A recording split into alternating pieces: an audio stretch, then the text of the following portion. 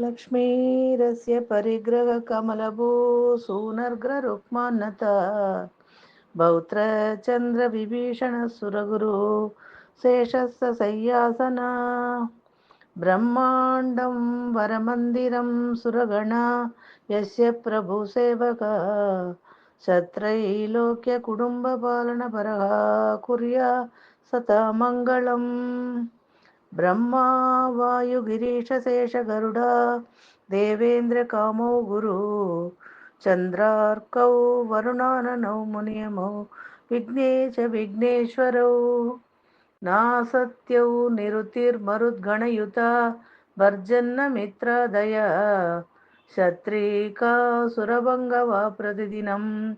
कुर्वन्तु होमङ्गलम् विश्वामित्रपराशरौ भृगवौ अगस्त्य पुलस्त्य क्रतुः श्रीमानाद्रिमरीचिगौस्तपुलः शक्तिर्वसिष्ठोऽङ्किरा माण्डव्यो जमदग्निगौतमभरद्वाजादयस्तापसा श्रीमद्विष्णुपदाब्जभक्तिनिरता कुर्वन्तु होमङ्गलम् मान्दाता नकुशोऽम्बरीश सकरौ राजा पृथुर्हयः श्रीमान् धर्मसुतो नळदशरथो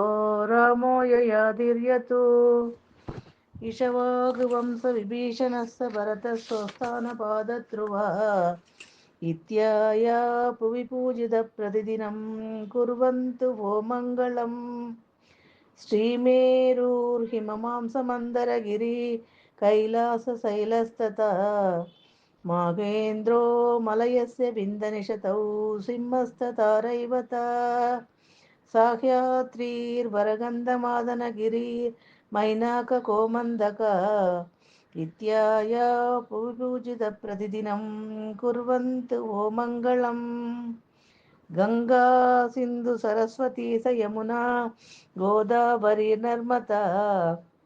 कृष्णा भीमरती स फल्गुसरयू श्रीकण्डकी गोमती कावेरी कपिला प्रयाग विनता नेत्रावतीत्यायय नद्यश्री हरिपादपङ्कजभव कुर्वन्तु होमङ्गलम् वेदासोपनिषद्गणा सविदिता साङ्गा पुराणान्विता वेदान्ता अभिमन्त्रतन्त्रसहिता तर्काश्रिणीनां गणा काव्यालङ्कृतिनीतिनाटकगणा सप्तासनानाभिधा श्रीविष्णोर्गुणराशिकीर्तनपरः कुर्वन्तु होमङ्गलम् आदित्यादिनवग्रहा शुभकरा मोक्षादया रासय नक्षत्राणि सयोगकास्यतितया तत्देवता सद्गणा मासाब्दा ऋतवस्तथैव शिवसा सन्ध्यास्तथा रात्रयः सर्वे स्थावरजङ्गमा प्रतिदिनं कुर्वन्तु होमङ्गलम् इत्येतत्वरमङ्गलाष्टकमिदं श्रीवादिराजेश्वरै व्याख्यातं जगदामभीष्टफलतं सर्वासु सत्संसनं माङ्गल्यादिसुभग्रयासु यततं सन्ध्यासु वायः पठेत् धर्मार्धादिसमस्तवाञ्छितफलं प्राप्नोय मानव इति श्रीमद्वादिराजयतिकृतमङ्गलाष्टकं सम्पूर्णम् लक्ष्मी